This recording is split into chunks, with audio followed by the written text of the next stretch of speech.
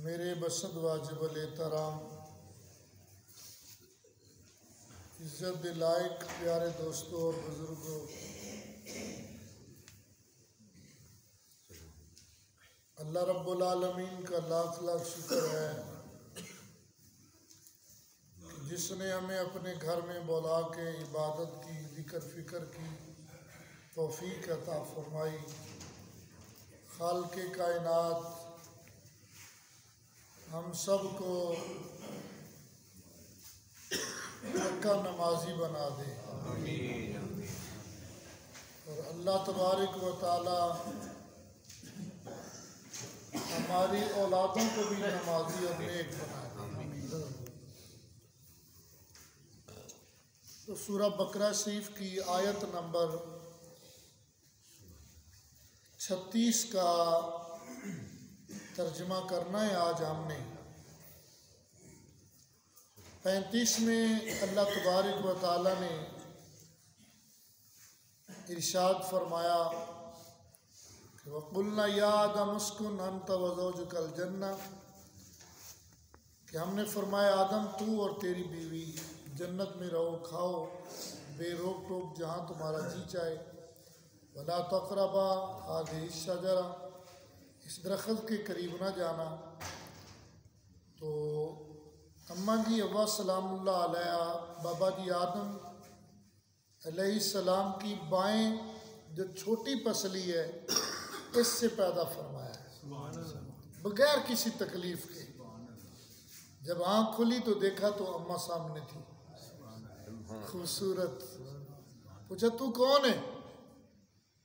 तो उन्होंने फौरन जवाब दिया मैं आपकी बीवी हूँ। कोई लफ्ज़ दूसरा नहीं बोला। तो तफसीरों में आया न बेटी न माँ न बहन, पहला लफ्ज़ ही बोला तू कौन है? फरमाया मैं तुम्हारी बीवी हूँ, तुम्हारे लिए अल्लाह ने मुझे पैदा किया। और वो जो हाथ लगाने लगे तो वो आवाज़ ठहरो, पहले इसका हक महर तो दे दो, पहले हक महर दो। हक महर के बगैर हाथ नहीं लगाना, छूना भी नहीं। और उसी रीत को आज तक अल्लाह ने जारी रखा। जो हक महर है इस पर थोड़ा सा गौर व फिक्र फरमाया करे। ये आम चीज नहीं, हक महर ये निकाह के में से एक खास चीज है। हक महर लाखों करोड़ों रुपए लगा देंगे, हक महर की बारी आएगी और चलो मौलवी साहब 500 रुपये लिख दो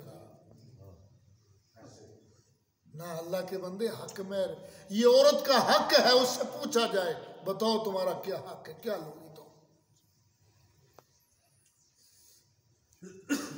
तो फिर किसी दिन इस मौजू पे बात करेंगे। तो खाओ तकरबा हाज़िहि शजरा, दरख्त के वो दरख्त कौन था? बाद ने सुंबल का दरख्त फरमाया, बगवी वालों ने मजरी वालों ने भी फरमाया। बाद ने कहा वो अंगूर का था, बाद ने कहा इंजीर का था, मुख्तलिफ रवायात है। खैर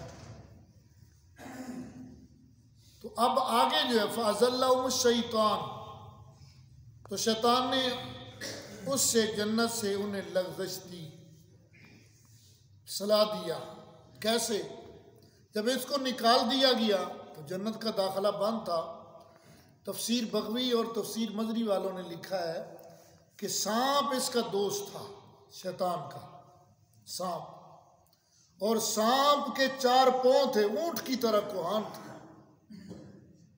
बहुत बड़े पाँव थे सांप के। और ये शैतान ने उससे कहा कि तेरी मेहरबानी दोस्ती निभा यार। कैसे? ना मुंह खोल, मैं तेरे मुंह च बहना, तो तेरा चूंकि आन जान है जन्नत, तो लिहाजा मैनू अंदर जन्नत जान दे। और ये सांप जो अपने मुंह में बिठा कर लेकर गया, और जन्नत से मेरे ये चारों निकाले गए थे, आदम अलैहिस्सलाम, हव्वा सलामुल्लाह अलैहा, सांप को और शैतान को, इन चारों को निकाला गया था। और ऐसे ही जाकर इसने जब बाबा जी और अम्मा अव्वा सलामुल्लाह अलैह को देखा, वो जन्नत में टहल रहे हैं, जन्नत के दरवाज़ों में कभी इधर कभी उधर जाना आना, और अंदर सोच ये रहे थे कि अब हमने हमेशा ही इधर ही रहना है। हमने नहीं कहीं और जाना जुना, शायद सुन लिया हो भाई कहीं से। अब उन्होंने कहा हमने इधर ही रहना है, कहीं जाना नहीं है, जन्नत में ही रहेंगे, हमेशा रहेंगे, खाएंगे, बस यही बातें कर रहे थे। तो इधर वो आ गया, उसने कहा इसको जो सबसे ज्यादा खतरा है ना वो यही है कि इधर हमेशा रहने का है, और कोई बात है ही नहीं है। वो आपस में यही बात कर रहे थे, अम्मा जी हवा सलामुल्लाह अलैह, बाबा जी आदम अलैहिस्सलाम, कि हमने इधर ही पक्का पक्का रहना है। अब वो उसने बहाना देखना था, तलाश करना था, मिल गया। शैतान ने कहा मैं तुझे बताता हूँ, मैं तुम्हारा खैर खा हूँ, तुम्हारा भला करने वाला हूँ।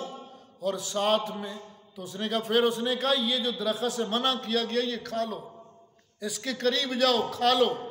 तो अम्मा जी अब्बा सलामुल्लाह अलैह ने जल्दी की, वो खा लिया। तो बास तो रवायात में था कि आदम अलैहिस्सलाम ने नहीं, खबरदार ऐसा नहीं खाना, हमने इसके करीब भी नहीं जाना। फिर उसने अल्लाह की कसम उठाई, शैतान ने सबसे पहले अल्लाह की कसम, झूठी जो खाने वाला वो शैतान है, झूठी कसम खाने वाला सबसे पहले ये शैतान है। तो जब अल्लाह ने पूछा कि तुझे किस चीज ने ये इधर माइल किया कि तू दरख्त के करीब चला जा, मैंने मना भी किया फिर भी तू चला गया। तो अल्लाह की बारगाह में अर्ज की, या अल्लाह मैं तो इस भूल में भूल गया कि उसने कसम तेरी उठाई थी,